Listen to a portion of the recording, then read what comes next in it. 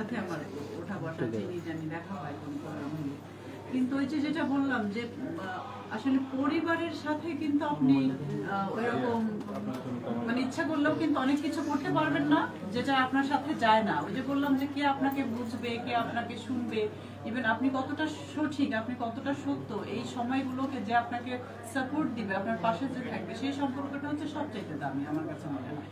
তো আসলে আমার ছোট ভাই মানে আমার ছোট বোনের হাজবেন্ড আর কি বলেই দিলাম আর কি। তো এখানে আসলে 6-9 হওয়ার বা 2 নাম্বারই কোনো কিছু এরকম হওয়ার কোনো সম্ভাবনা নাই।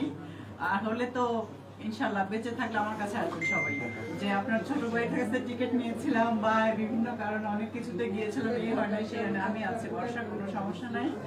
মিডিয়ার কাছে যাবেন, মিডিয়া নিয়ে আসবে আমার কাছে, এর চাইতে আর কি গ্যারান্টি দিব। একটু নিজের কাজের খবরগুলো একটু যদি আমাদের জানাতেন, যা আপনার কাজগুলো নিয়ে কি আপডেট আছে?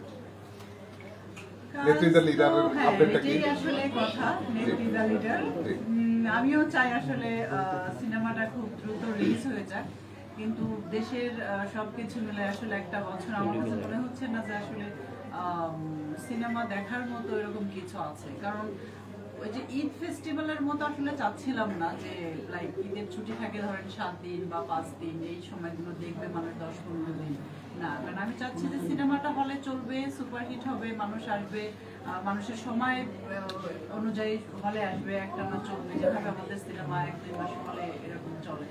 তো এই আর কি, তো দেখা যাক। আমিও অনন্তের সাথে মজা করে বলছিলাম যে এই সিনেমা তোমার রিলিজ দেওয়ার দরকার নেই, কারণ আমার যে শিশু শিল্পী ছিল সিমরিন, ও বড় হয়ে যাচ্ছে, প্লাস আমাদেরও অনেক চেঞ্জ আসছে, অনেক কন্টিনিউটি আছে, অনেক জিনিস আছে, আমি জানি না এগুলো আসলে ডিরেক্টর কিভাবে।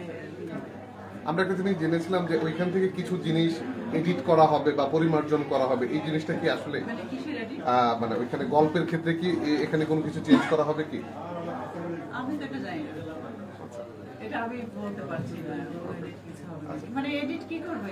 আমি শুনেছি যে আমরা শুনেছি যে এই গল্পের মধ্যে কিছু জিনিস একটু কেটে ফেলে দেওয়া হবে বা নতুন কিছু সংযোজন করা হবে, মানে এরকম কোনো কিছু তথ্য আছে কিনা? আপনি একটু ক্লিয়ার করে বলে ভালো হতো, তবে আমার জানা মতে এর ধরনের কোনো কিছু আমি জানি না। আচ্ছা, ওকে। আমরা নেক্সট এটা নেতৃত্ব লিডার ছাড়া আমরা সামনে আর কি কাজ পাবো? কয়েকটাই তো রেডি, যেমন যাদের সাথে যে সিনেমাটা, ওইটাও তো মহরত আপনারা দেখেছেন করেছে, তাও প্রায় 2 বছর হয়ে যাচ্ছে। আর প্লাস ইকবাল ভাইয়ের সাথেও 2-3টা স্ক্রিপ্ট রেডি, হয়তো রিসেন্টলি একটা মেবি এই বছরের শেষে বা 2-4 মাসের মধ্যে হয়তো ইকবাল ভাইয়ের সাথে একটা শুরু হবে, এই আর কি। আসলে ব্যস্ত এখন ব্যবসা বাণিজ্য নিয়ে, কারণ বললাম না, দেখেন তো আপনারা তো সব নিউজ করেন যে আসলে গার্মেন্টস নিয়ে, ব্যবসা বাণিজ্য নিয়ে খুব খারাপ সময় যাচ্ছে। তো এই জন্য আসলে সময়টা এইদিকে দিচ্ছে, সিনেমার শুটিং পরে করতে পারবো, আগে তো দরকার মাল না থাকলে তো শুটিং করা যাবে না। তো সেই ক্ষেত্রে কি আমরা বর্ষা আপুকে কি আমরা ফুল পেজ প্রোডিউসার হিসেবে আমরা পাবো? না, আমার আসলে আমার এই 2-3টা সিনেমার শেষের পর আসলে আপনাদের এই চলচ্চিত্র রিলেটেড এর কোনো কিছুতে আমাকে পাবেন না। তারপরে কি আপনি ছেড়ে দিচ্ছেন অভিনয়? হ্যাঁ, বলতে পারেন। মানে তাহলে আমরা কেন পাবো, মানে হয় না যে মানুষটাকে আমরা এত স্ক্রিনে দেখেছি, মানুষটা আসলে কোন খুবের জায়গা থেকে? আসলে ওইটা না, আসলে এটা আমার নিজস্ব ব্যক্তিগত ব্যাপার। মানে আমার কাছে মনে হয় যে আমার পরিবারটাকে, আমার বাচ্চাদের, আমার স্বামীকে আমার সময়টা আসলে বেশি দেওয়া উচিত।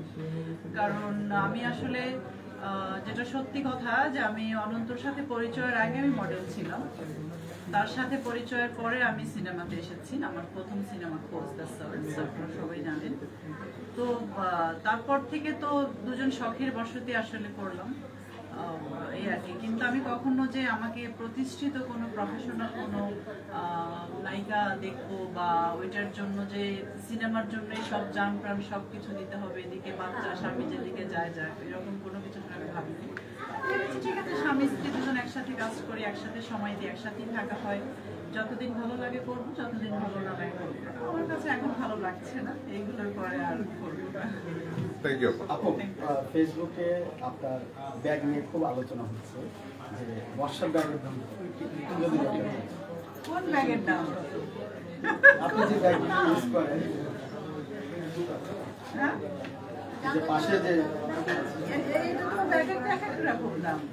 আচ্ছা, আপনারা সবাই এই কথা কেন জিজ্ঞেস করেন? আপনার ফেসবুকে জুতার দাম আলোচনা কত? হচ্ছে, শাড়ির দাম কত? ব্যাগ, আপনার জুতা নিয়ে সমালোচনা হচ্ছে, সমালোচনা? আলোচনা হচ্ছে ফেসবুকে যে কত দামে পড়ছে। না না, আসলে ভাই আপনারা যদি লোগো দেখে ব্র্যান্ড চিনেন যে এটাই ব্র্যান্ড, তাহলে আপনাদের এটা ধারণা করা উচিত যে এটার দাম কত হবে। তো এইগুলো আসলে বলাটা কেমন দেখায়?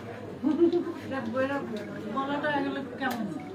আচ্ছা, ব্যবসায়িক বিষয়ে কথা বলি, যেহেতু আপনি ই কমার্সের কথা বলছেন, অনলাইন ভিত্তিক ব্যবসা, বর্তমানে কিন্তু ই কমার্স ব্যবসাটা দিন দিন বৃদ্ধি পাচ্ছে। সেক্ষেত্রে এই টিকিটিং যেটা বলি যে আমরা অনলাইনে যারা টিকিট ক্রয় করি সেটা কিন্তু অনলাইন, অন্যান্য সেবাগুলি কিন্তু অনলাইন ভিত্তিক আসছে।